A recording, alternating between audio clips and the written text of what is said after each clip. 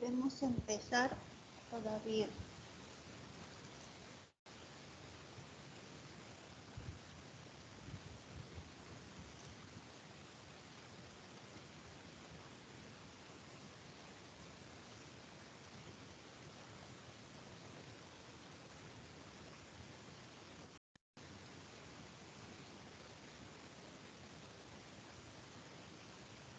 Bueno, a ver, vamos a empezar, ¿está bien? Sí, doctora. Ya. Hoy día hay 2 clases programadas, estudio del esputo y el examen coprológico. Vamos a iniciar con el estudio del esputo. ¿Qué es el esputo? ¿Alguien me podría decir? Es una secreción o flema que se produce en las vías respiratorias superiores, ¿no? Lo que vulgarmente se llama como flema. Nosotros tenemos en las mucosas glándulas que van a producir esta secreción y es un volumen de 100 mililitros en todas las personas sin ninguna patología. Esta secreción aumenta en caso haya una inflamación, ¿no? de esta mucosa con el fin pues, de proteger y de limpiar el aparato respiratorio. Como es un moco, está compuesto principalmente por proteínas. Acá nosotros tenemos, ¿no? que esta secreción se produce, pues podría ser desde los pulmones, también las vías respiratorias inferiores, bronquios, tráquea, laringe y faringe. Y los frascos que nosotros necesitamos para recolectar este tipo de muestra, el ideal, como les dije, ¿no? alguna vez, en tanto muestras de orina, muestras de heces y también esputo, son este tipo de frascos, ¿no? Los frascos anchos con taparrosca, ¿no? Y boca amplia. Entonces, ¿qué se dice? ¿Qué es lo que es la expectoración? La expectoración consiste en eliminar esta secreción, ¿no? de esta flema que está producida, ¿no? ya sea la invasión de los pulmones o de solo las vías respiratorias superiores. Entonces, este contenido se llama esputo y se utiliza como una muestra. Una muestra es un fluido, ¿no? Para que se pueda analizar tanto, ¿no? En el examen directo, nosotros en el mismo frasco podemos observar cuáles son las características y también posteriormente podemos verlo al microscopio y también realizar cultivos. Depende de la finalidad que nosotros, tal vez la afección que el paciente está presentando, ¿no? Y nos orienta tal vez a qué germen es el causante. Entonces, como les decía, hay un volumen que es normal que se produzca diariamente con la finalidad de mantener las vías respiratorias limpias. Entonces, además de este moco, tenemos nosotros la actividad de los cilios, que también la función es de limpieza. Esta secreción continuamente nosotros estamos diluyéndola y pues por eso no es que estamos expectorando, tosiendo, ¿no? o eliminando flema, porque se está deglutiendo continuamente. Cuando es una cantidad ya mayor de 100 mililitros por día, ya estimula otros reflejos como el de la tos, por ejemplo, ¿no? Y es cuando estas patologías pues están involucradas, una bronquitis, una neumonía, una faringitis, es lo que irrita la mucosa y se producen, ¿no? Estos reflejos por la irritación. Entonces, ¿por qué componentes tiene el esputo? Es más que todo proteínas, ¿no? También tiene lípidos, lógicamente agua también, es una solución compuesta, ¿no? de agua, electrolitos y proteínas. Entonces, una de sus principales proteínas son las mucinas, cuya función es la de eliminar materiales extraños. Igual otro fluido como la orina, más del 90 o 95% es agua. El resto en este caso está compuesto por proteínas y por electrolitos. Es un gel viscoso, ¿no? Debido a esta este compuesto, que es la mucina, que son glucoproteínas con un peso, ¿no? De más de, dice cuánto, 32 millones de Daltons, son ricos en hidratos, se producen dentro de las células y bueno, se encuentran dentro de gránulos. Entonces, van a eliminar estas células, ¿no? Son estos contenidos del gránulo que está donde tiene la mucina. La mucina es el que le da el aspecto, ¿no? El aspecto gelatinoso, ¿no? Como moco, el esputo. La finalidad, como les digo, es la de limpieza junto con la mucosa, con los hilos de la mucosa. Bueno, entonces hay un sinfín de patologías, ¿no? Del aparato respiratorio que van a producir una secreción aumentada de este moco. Acá hay algunos ejemplos, ¿no? Tenemos en el asma, hay una inflamación crónica, ¿no? Una alergia crónica. Tenemos la enfermedad pulmonar obstructiva crónica, también tenemos la fibrosis quística, bueno, bronquiectasias, pólipos nasales, ¿no? Aparte de las infecciones virales y bacterianas de todo el aparato respiratorio, ¿no? Empezando desde una faringitis hasta una neumonía. Entonces, bueno, además de también factores extraños que van a causar alergias, ¿no? Acá también hay otros ejemplos, pueden ser el pelo de animales, puede ser la contaminación, el humo, el tabaco, ¿no? Y esto es lo que hace, pues, es estimular al sistema, a nuestro sistema, y produce citoquinas, ¿no? Y esto es lo que da patología, ¿no?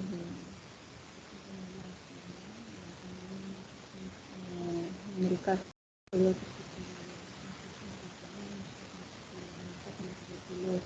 linfocitos T son los que van a estar con los antígenos y posteriormente pues toda la cascada, ¿no? Vamos a ver una prueba, ¿no? Que es justo con en la que tienen que ver los linfocitos T en la secreción de interferón gamma como una detección también de la tuberculosis. Y la función, bueno, acá es un resumen, ¿no? De lo que hemos conversado, el moco, ¿no? La función es de protección de la vía respiratoria, ¿no? Contra tanto los agentes extraños infecciosos y las toxinas, ¿no? En este caso son inhaladas, ¿no? El aparato respiratorio entra en contacto con la vía aérea, ¿no? Dichos agentes. Entonces, a ver, ¿cómo se va a recolectar una adecuada muestra de esputo? Igualmente que indicábamos en el caso de la orina, preferible que sea la primera expectoración de la mañana, con la finalidad pues de que el paciente durante la noche almacena, ¿no? Cierta cantidad en la vía respiratoria y es más fácil obtener un mayor volumen.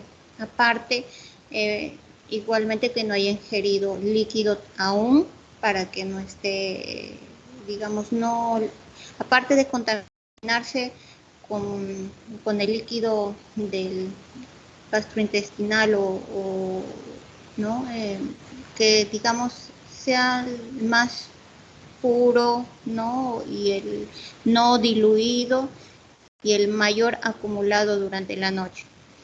Entonces, ¿cómo se le indica a un paciente ambulatorio? Que inspire lo más profundo que pueda, ¿no? Y eso va a ocasionar y que trate pues de eliminar como una tos, ¿no? Producida por él mismo, de esa forma va a poder expectorar, ¿no? Esta secreción. Y también se piden varias muestras, igual que en las muestras de ese se le toman en promedio pues de 3 muestras, en el caso por ejemplo de que queremos detectar un contacto, ¿no? De un paciente tuberculoso. Hay casos especiales en que pues tienen bastante carga, ¿no? En el caso de la sospecha de una infección, si hay una carga abundante del agente, pues a veces es suficiente con una sola muestra. Pero en general, como en el caso de la detección en otro tipo de muestra, como para descartar parasitosis, también se le pide este número de muestras, ¿no? Que son 3 en diferentes días. Entonces acá tenemos las indicaciones que se le va a realizar al paciente, ¿no? De la boca también, pues es una cavidad que tiene flora normal, entonces lo que tratamos es que no haya crecimiento de la flora normal, sino tal vez del patógeno que se quiere aislar, ¿no? El esputo, en este caso, sí va a ser recogido en el paciente en ayuno, ¿no? Porque está más concentrado. Previamente, ¿no? Se le indica que se enjuague la boca para así disminuir nosotros la cantidad de la flora normal que hay.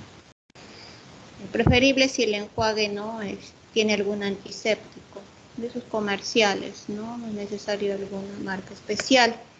Entonces, al inspirar profundamente y el paciente tener acumulado un mayor volumen de lo que normalmente tenemos, va a producirse el reflejo de la tos y va a poder eliminar estas secreciones.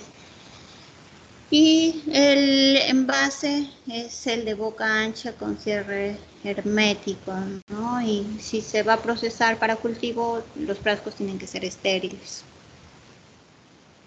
Entonces, ¿cómo sabemos que es una buena calidad del esputo? Porque podría ser pues que el paciente no puede inspirar o no sigue bien las indicaciones o simplemente que pues no tiene una buena cantidad, ¿no? de este fluido acumulado. Entonces, digamos, porque le estamos presionando, podría ser incluso saliva lo que está eliminando en el frasco y eso no sirve como muestra, ¿no? Tiene que ser esputo. Entonces, uno va a saber que es una muestra adecuada. No la vamos a visualizar al microscopio, al óptico, y vamos a obtener una cantidad mayor de 25 leucocitos por campo y menos de 10 células epiteliales. Entonces allí vamos a decir que es esputo y que no es saliva. Entonces esa es una buena muestra, cuando tiene más de 25 leucocitos y menos de 10 células por campo. La cantidad de volumen que se solicita al paciente debe ser más o menos de 5 mililitros. Entonces acá tenemos unas imágenes, ¿no? De la expectoración, que puede ser espontánea mediante el reflejo, que trata de eliminar este volumen aumentado, ¿no?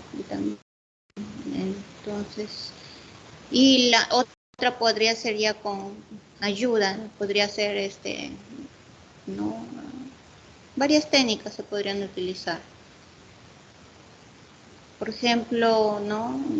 Uno de ellos es alguien le puede ayudar, ¿no? A dar palmadas en la espalda, el paciente tiene que estar sentado, ¿no? Un poco inclinado hacia adelante, podría ser una forma de ayudarle a que expectore. Entonces tenemos la expectoración inducida. En este caso se le va a facilitar, debido tal vez al que el moco es muy espeso, ¿no? Por la gran cantidad de mucina que tiene, es más difícil que se elimine. Como ustedes han escuchado, el mejor expectorante es el agua. ¿Por qué? Porque el agua fluidifica más las secreciones y son más fácilmente eliminadas. Entonces, en este caso, debido pues a que se necesita la muestra, se puede utilizar también otro tipo de soluciones que pueden ser soluciones salinas incluso, ¿no? Como han visto en las emergencias los pacientes asmáticos, ¿no? Que son nebulizados, o podría ser otro tipo de soluciones, podría ser, por ejemplo, Los sobrecitos que venden en las farmacias son la N-acetil L-cisteína, son fluidificantes, podría usarse eso al 20%, glicerol al 1%.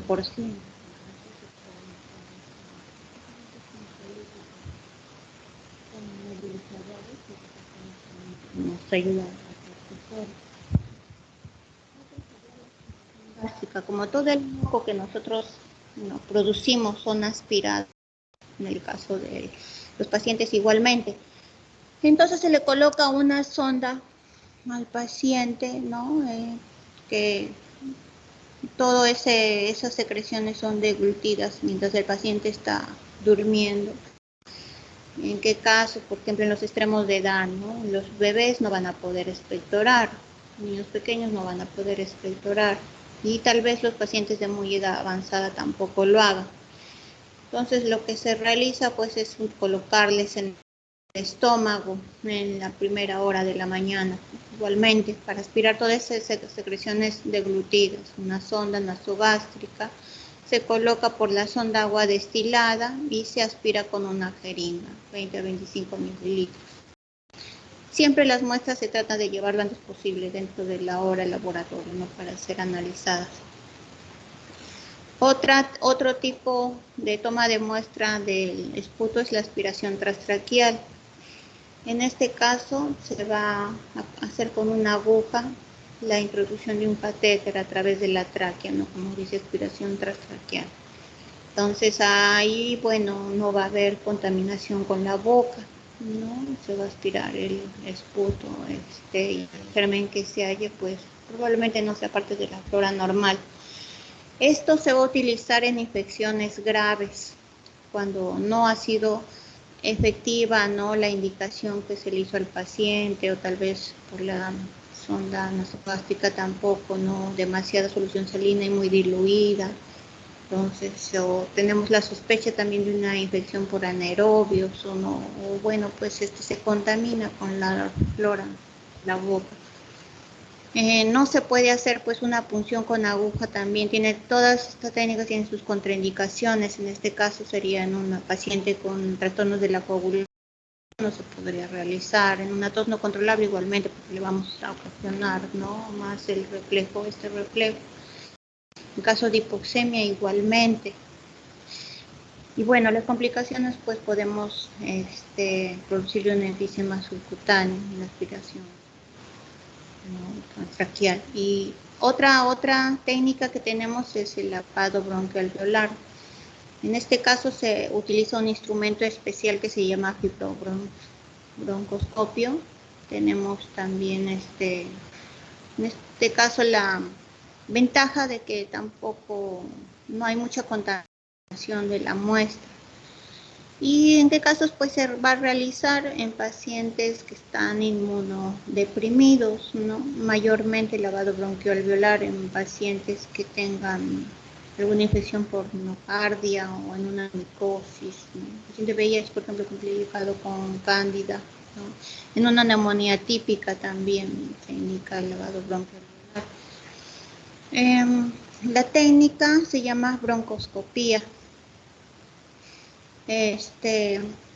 Aquí también previamente, ¿no?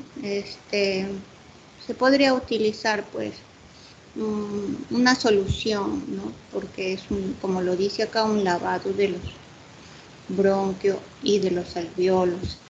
Entonces se puede utilizar previamente soluciones salinas, ¿no? Y obtener por el broncoscopio estas muestras. También se podría aspirar, otra técnica es la aspiración percutánea con aguja. Entonces, cuando los otros métodos fallan, ¿no? Y tenemos un paciente que le hemos ya instaurado un tratamiento, pero no hay, digamos, una evolución favorable, ¿no? Y tal vez, encontramos en las imágenes, en los exámenes de imágenes, cavidades, ¿no? Procesos cavitarios. Podemos nosotros en esas zonas aspirar, ¿no? Y tomar una muestra de tejido. Lógicamente acá pues contacto con las secreciones del tracto respiratorio superior, lo que se va a realizar es tipo una biopsia. Se va a colocar anestesia local y se va a realizar con la ayuda de un equipo de imágenes para que nos guíe de dónde vamos nosotros a aspirar. Entonces, esto ya es en casos extremos, como les decía, el paciente pues tiene cavidades, no progresa bien al tratamiento, está evolucionando mal, ¿no? Entonces necesitamos hacerle una punción pulmonar del tejido. Y cuando vamos a solicitar pues todas estas técnicas, ¿no? Uno de los casos es en la tuberculosis. Entonces, la tuberculosis tiene una prevalencia más o menos, ¿no?, en América Latina, en África, Asia, en Europa del Oriente. En Europa del Oriente, donde más, en Rusia. Entonces, la tuberculosis va a ser causada por el Mycobacterium tuberculosis. Tenemos varios tipos de Mycobacterium, ¿no? Tenemos el Mycobacterium bovis, el africano, el microti y el caneto. La vacuna que nos colocan cuando nacemos es con antígenos del Mycobacterium bovis. Toma un poco mayor de importancia la tuberculosis, como les digo, es propio de países, ¿no?, que no están muy desarrollados. Entonces, cuando hubo la epidemia del VIH, bueno, sí adquirió cierta importancia porque los pacientes infectados, ¿no?, son más susceptibles al Mycobacterium. Entonces, allí aumentó la prevalencia ya a nivel mundial en países desarrollados, donde, ¿no?, normalmente pues es raro que se encontrara un paciente con tuberculosis porque la enfermedad está asociada pues a la desnutrición mayormente, ¿no?, también en menor grado a la diabetes y al alcoholismo. Entonces, esta enfermedad también tiene una característica que están aumentando las resistencias a los tratamientos, ¿no? Hay drogoresistentes, multidrogoresistentes y extremadamente resistentes. Entonces, no, acá es casi un resumen, como les decía, impactó de esta forma con la aparición del VIH a nivel mundial. Es más grave en niños pequeños y en pacientes inmunodeprimidos, no solo por VIH, sino también pacientes que reciben terapia oncológica, corticoides, ancianos. Es de difícil diagnóstico en los niños. También tenemos una tuberculosis latente y una tuberculosis activa. Se dice que de todas las personas que están expuestas al bacilo, 50% van a tener aproximadamente, ¿no?, una tuberculosis latente, una enfermedad que va a permanecer en el cuerpo, pero mejor dicho, el Mycobacterium tuberculoso va a permanecer en el cuerpo, no va a ocasionar signos y síntomas. Y de esto solo un 10% va a desarrollar la tuberculosis activa. Entonces tenemos la tuberculosis latente, que no desarrolla ningún signo ni síntoma, porque podría ser que en el transcurso de años podría sí desarrollar la enfermedad, pero en un poco porcentaje, solo 10% es en la enfermedad activa. Entonces, la sintomatología es inespecífica, ¿no? Porque hay tos, que puede ser ocasionada pues por otro tipo de agentes, ¿no? Incluso no bacterianos. Bueno, acá sí podría distinguirse porque ocasiona fiebre, tos, baja de peso, pero son inespecíficos, no son síntomas que nos digan esto es tuberculosis, ¿no? Sino que simplemente nos orientan a tener en una lista nuestro diagnóstico y nuestros diagnósticos diferenciales, que posteriormente lo vamos a confirmar con las pruebas. Entonces, otra característica de la dificultad es la baja sensibilidad microbiológica, ¿no? Nosotros tendríamos que hallar en la muestra de esputo, por eso a los contactos o sospechosos de tuberculosis se le indica por lo menos 3 muestras de esputo, ¿no?, que el bacilo de Koch a veces es difícil encontrarlo, a menos que haya una carga alta. Y como les decía, pues el tratamiento, debido a que es de 6 meses, es un tratamiento largo, entonces a los 2 meses supuestamente sí es efectivo, el paciente empieza a sentirse mejor, y al dejar el tratamiento es que hay pacientes que son multidrogoresistentes y hasta se ha llegado, ¿no?, a los extremadamente resistentes.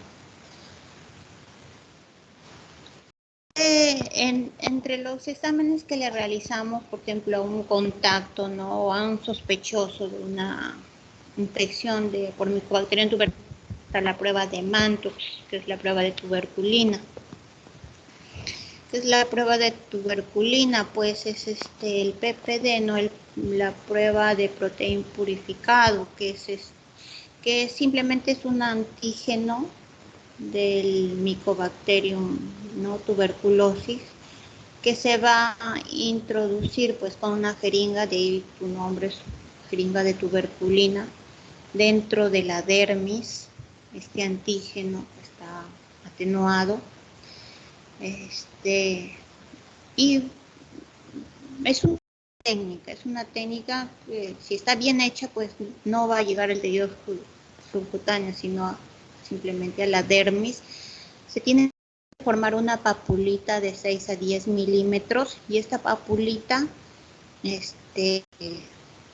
posteriormente se le va a enviar al paciente a su casa, va a decir que regrese luego de 48 a 72 horas, y si se produce una induración que se va a medir también en milímetros, se va a decir que es positiva cuando es mayor de 5 milímetros. Esa es la prueba de Mantoux o PPD, o prueba de tuberculina.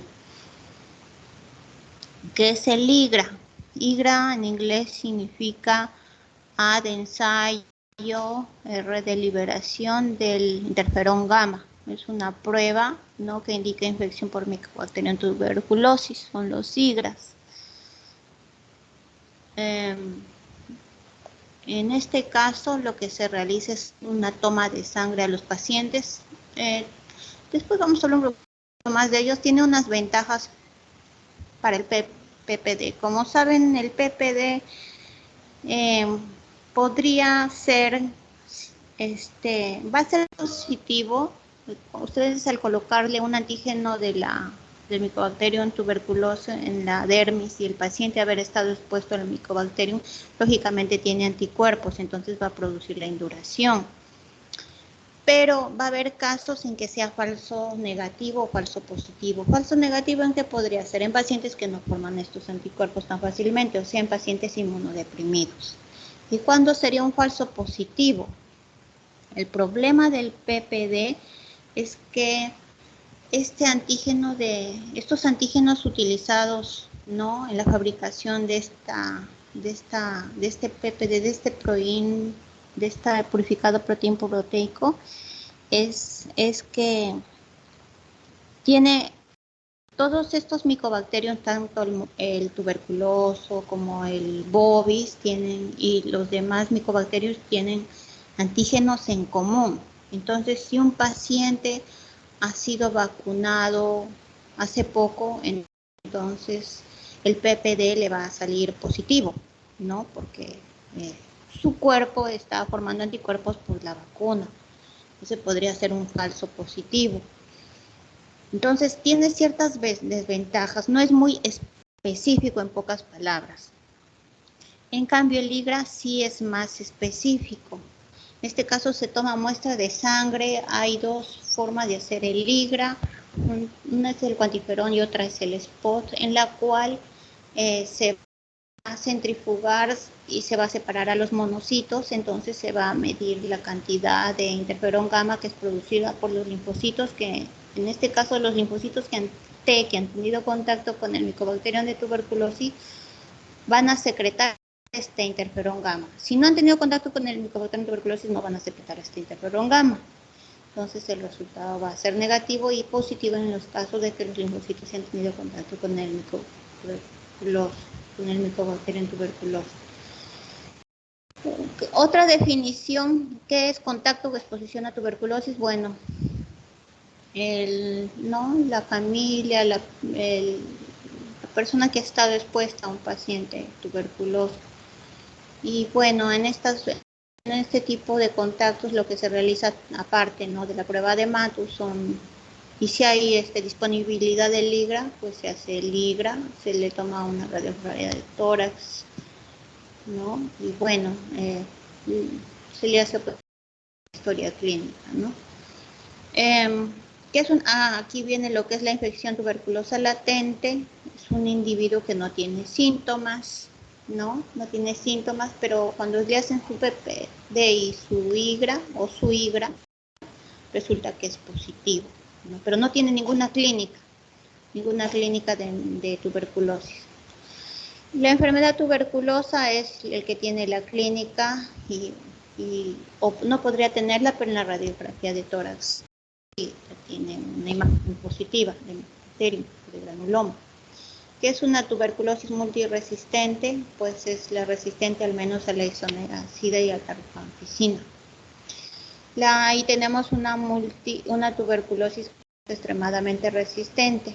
Las siglas son XDR, ¿no? Es una multidrogo resistente más resistencia a una fluoroquinolona y al menos un fármaco de secundario intravenoso. Eso es un extremadamente resistente.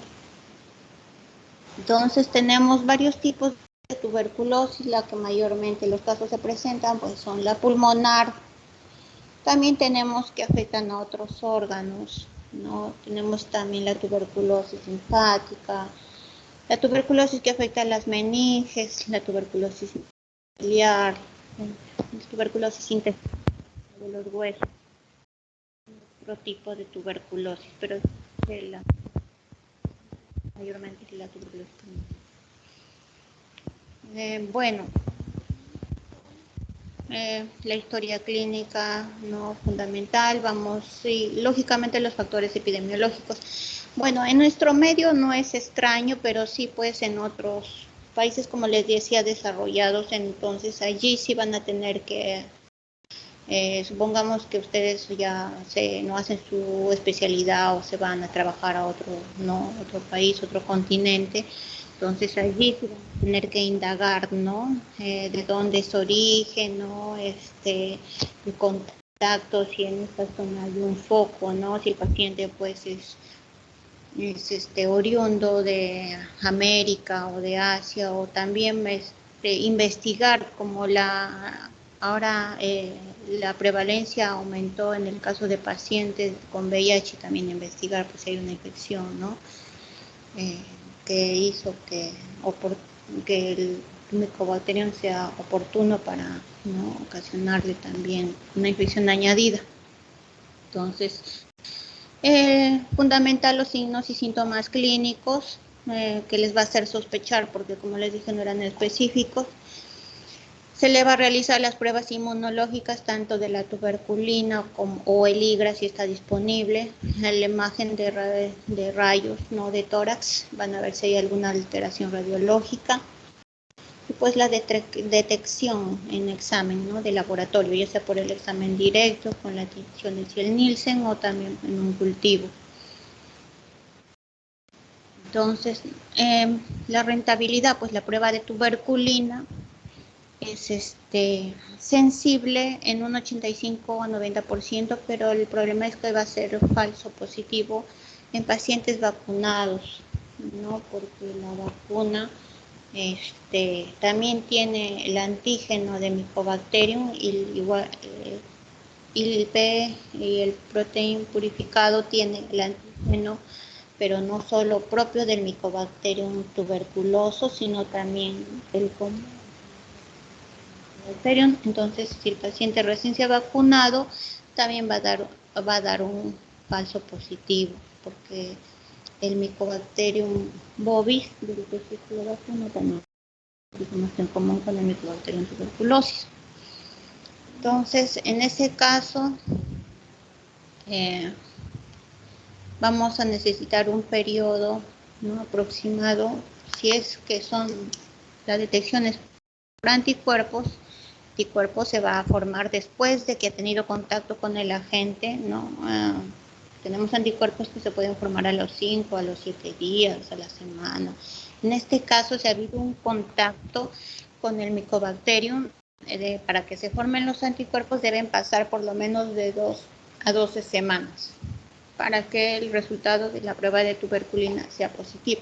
Es decir, yo tuve un contacto, no antes de ayer o la semana pasada, con alguien con tuberculosis y tengo el riesgo de contraer la enfermedad porque tal vez soy alcohólico, tengo diabetes, estoy desnutrido, entonces no va a salir mi prueba de tuberculina positiva, sino tiene que transcurrir por lo menos un par de semanas. La baciloscopía se puede realizar también del jugo gástrico, como vimos una de las técnicas, ¿no? Era el lavado gástrico con la sonda. Puede realizarse del mismo esputo y también puede cultivarse de estas muestras. Pero miren la sensibilidad, no es poca. La del mantos tiene una sensibilidad mayor, más del 80%. La baciloscopía, por eso por lo menos se solicita 3 muestras. Es muy poca, de 30 a 40% nada más. En lactantes sí la baciloscopía podría llegar a ser más alta, 80%, pero cuando la enfermedad en los pequeños está muy avanzada. Puede realizarse el esputo inducido, no podría, con una de las técnicas como les he dicho, ¿no? Podría aspirarse de la nasofaringe y tiene una sensibilidad igual al jugo gástrico, o sea, no es mucha, de 30 a 40%. Podría hacerse también PCR en el tejido o también en alguna de las muestras. No podríamos encontrarlo en un 50%. La radiografía, imágenes en sí y la TAC mayor, más sensible para encontrar, ¿no?, una imagen distorsionada que nos oriente a que es una tuberculosis. Y tenemos la biopsia, ¿no?, con la boca, que vamos a realizarla en caso tengamos las imágenes de cavidad y el tratamiento pues no es efectivo, el paciente está evolucionando mal. Entonces, esta es una imagen de la prueba de tuberculina, ¿no? Acá el paciente le están midiendo, entonces quiere decir que ya pasaron 2 o 3 días que se le colocó. Se le coloca 0,1 mililitro, ¿no?, del preparado que se usa, es proteico purificado RT23. Ese es uno de ellos, son 2 nada más los preparados.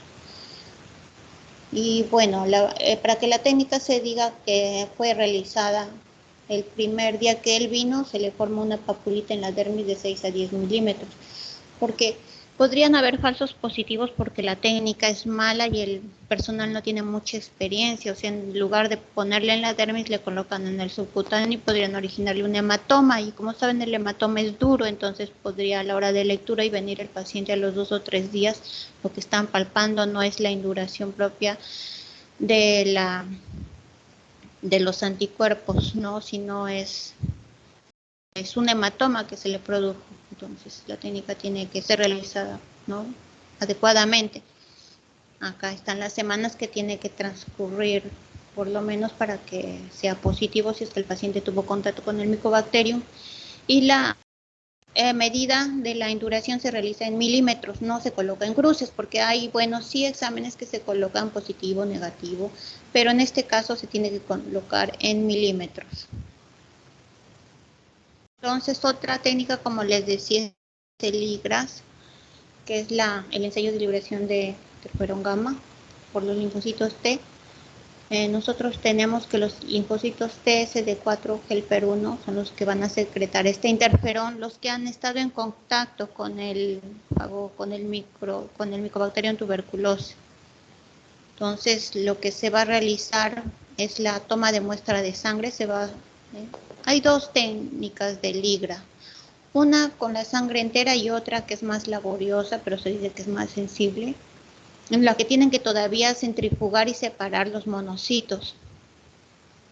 Entonces, en ellos posteriormente se va a medir la cantidad por medio de ELISA de anticuerpos Y si se detecta pues el interferón gamma, se va a decir que el paciente no ha estado en contacto con esta o está infectado con el Mycobacterium tuberculosis. En este caso, bueno, no hay esa reacción cruzada como la ventaja sería con el con la prueba de Mantux o PPD, que el PPD tiene una mezcla de antígenos que son comunes a varios Mycobacterium, ¿no? El paciente que ha estado vacunado le va a salir positivo. La vacuna se dice que ya se hace significante luego de 10 a 15 años, o sea, después de 10 a 15 años, o sea, digamos, un adolescente y un joven ya no tendría que dar reacción cruzada, ¿no? Sino solo en pacientes que recientemente han sido vacunados. En un joven, en un adulto, si le resulta el PPD positivo, sí se tendría que sospechar que está infectado con el Mycobacterium o ha estado en contacto con el Mycobacterium tuberculosis. Entonces, este IGRA no va a dar este falso positivo porque no son antígenos, ¿no? Sino es la producción de interferón gamma producida por los linfocitos T. Entonces acá tenemos dos técnicas del IGRA, uno es el cuantiferón TB y el otro es el SPOT. ¿Cuál es la diferencia de ellos? Pues uno de ellos tiene un antígeno más, y uno de ellos, ¿cuál es? El cuantiferón, tiene un antígeno más, es un poco más laborioso, ¿no? Pero también la ventaja es que es más sensible, dura más horas en realizarse. Bueno, aquí se van a detectar por medio, posteriormente interferón gamma, ¿no? Por anticuerpos, por ELISA, interferón gamma y ELISA. La sensibilidad es más o menos, ¿no? Entre el 70 al 80%. Tampoco si el resultado no es positivo, no va a excluirse la tuberculosis si se tiene toda la sospecha, la clínica, el antecedente, la epidemiología, ¿no? De una probable tuberculosis. Bueno, es específico, como les decía, porque no son antígenos, solo es propio del Mycobacterium tuberculosis y no del otro tipo de Mycobacterium. Por eso es específico al 100%, a diferencia de la de Mantux. El PPD solo tiene una especificidad del 56 al 80% porque es un concentrado de antígenos a varios Mycobacterium. Por eso la especificidad es diferente. Ya, bueno, y acá dice, pues, la especificidad es superior al Mantus por esta característica que les digo. Entonces va a servir en caso de pacientes que han sido vacunados con el BCG, que lógicamente van a dar positivos, ¿no? A la prueba de tuberculina, pero el IGRAS no. Entonces en ellos se va a utilizar el IGRAS. Al igual que el PDP, pues no va a discriminar si es una infección latente o una enfermedad. Como les digo, el paciente, el 50%, bueno, no va a ser una infección tal vez latente, el de los que han estado expuestos, un 50%, en algunos lugares 30%, 50%. Y bueno, van a ser aguda, una enfermedad activa, activa es solo un 10%. Bueno, y bueno, acá hay unas dudas todavía que quedan para estudiar, ¿no? Si con el tiempo se va a negativizar. Lo que sucede pues con los anticuerpos, un paciente inmunodeprimido, lo que pasa con nuestras vacunas, en este caso como la vacuna que nos colocan, ¿no? Para la tuberculosis, como les decía, 10 a 15 años ya no hay rastro de los anticuerpos, sino da todos reacción positiva al PPD, pero no es así. Entonces en el IGRA también falta estudiar si esta producción del interferón gamma por el linfocito con el transcurso del tiempo puede ir negativo. Entonces la ventaja, bueno, tiene sus inconvenientes y sus ventajas. Una de las ventajas es que, bueno, una oportunidad, ¿no? Se toma la muestra de sangre y procesa y sale el resultado. PDP tienes que ir 2 veces. que te coloquen en la dermis y al segundo o tercer día para hacer la medida de la induración. En caso de IGRAS se va a cuantificar por anticuerpos ELISA y la interpretación lógicamente tipo, ¿no? Que te va a dar el resultado. En cambio, cuando tú vas a medir la induración, tu interpretación es subjetiva también, como digo, y si no ha sido adecuado, la técnica podría ser que estés midiendo un hematoma. Y como cualquier examen de laboratorio, pues tiene sus controles, ¿no? Controles internos positivos, negativos. Vimos que era específico porque solo es producido, ¿no? Interferón gamma por el linfocito que es de varias micobacterias. Y bueno, la repetición del análisis no provoca efecto Boster. ¿Qué es el efecto Boster? Bueno, el efecto Boster, cuando pasan los años, pues si la cantidad de anticuerpos va disminuyendo, ese es el efecto Boster. Claro, esto se va a producir en el caso de la proteína del PPD, porque en pacientes inmunodeprimidos, en muy ancianitos, ya no producen la misma cantidad de anticuerpos que un paciente sano, adulto o joven. En este caso no hay esa desventaja, ¿no? Se va a producir el interferón gamma, aún el paciente no produzca la cantidad de anticuerpos, porque no se mide anticuerpos, se mide interferón gamma. El inconveniente, lógicamente, el costo es abismal, la diferencia, ¿no? De 30, 60 dólares. PPD. Bueno, el personal calificado es en ambos. Si el equipo, el 9 en el equipo, cualquier tipo de pues ingresa con la capacitación, ¿no? En las especificaciones debe capacitar al personal en la técnica. Bueno, eso es para ambos. Y podría haber resultados indeterminados. Bueno, sí, en algunos casos. O sea, ¿qué son resultados indeterminados? Pues, como les decía, se va a cuantificar la cantidad de interferón gamma. Entonces, podría ser que haya algún límite.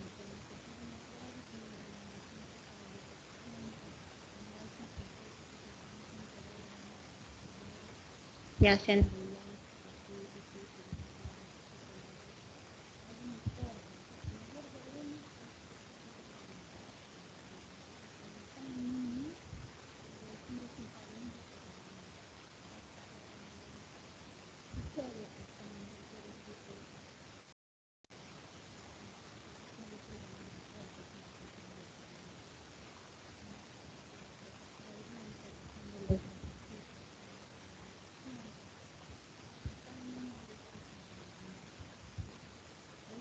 por lo tanto, es un complemento.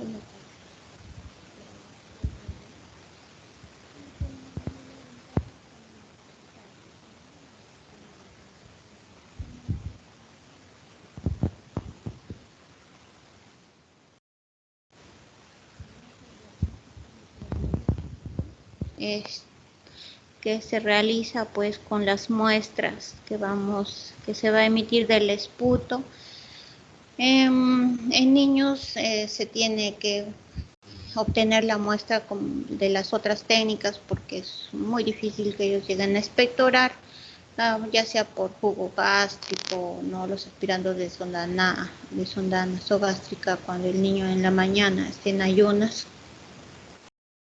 Y el cultivo para realizar el Mycobacterium pues es el cultivo medio sólido de Lowenstein y demora aproximadamente de un mes a mes y medio. Tenemos métodos automatizados como el cultivo medio líquido de Bactec que demora, ¿no?, la mitad del tiempo, 2 a 3 semanas. También se puede realizar el PCR. Bueno, la ventaja que sería del PCR, pues el diagnóstico más pronto, ¿no? A lo mucho, cerca a la semana. En el PCR también se podría hacer el estudio de utilidad la isoniazida y la rifampicida. rifampicina en todo paciente, ¿no?, que sospecha y que esté en tratamiento, pues es obligatorio ver si realizar el estudio de algún tipo de resistencia a alguno de los fármacos, de los protocolos, ¿no?, comúnmente ya establecidos.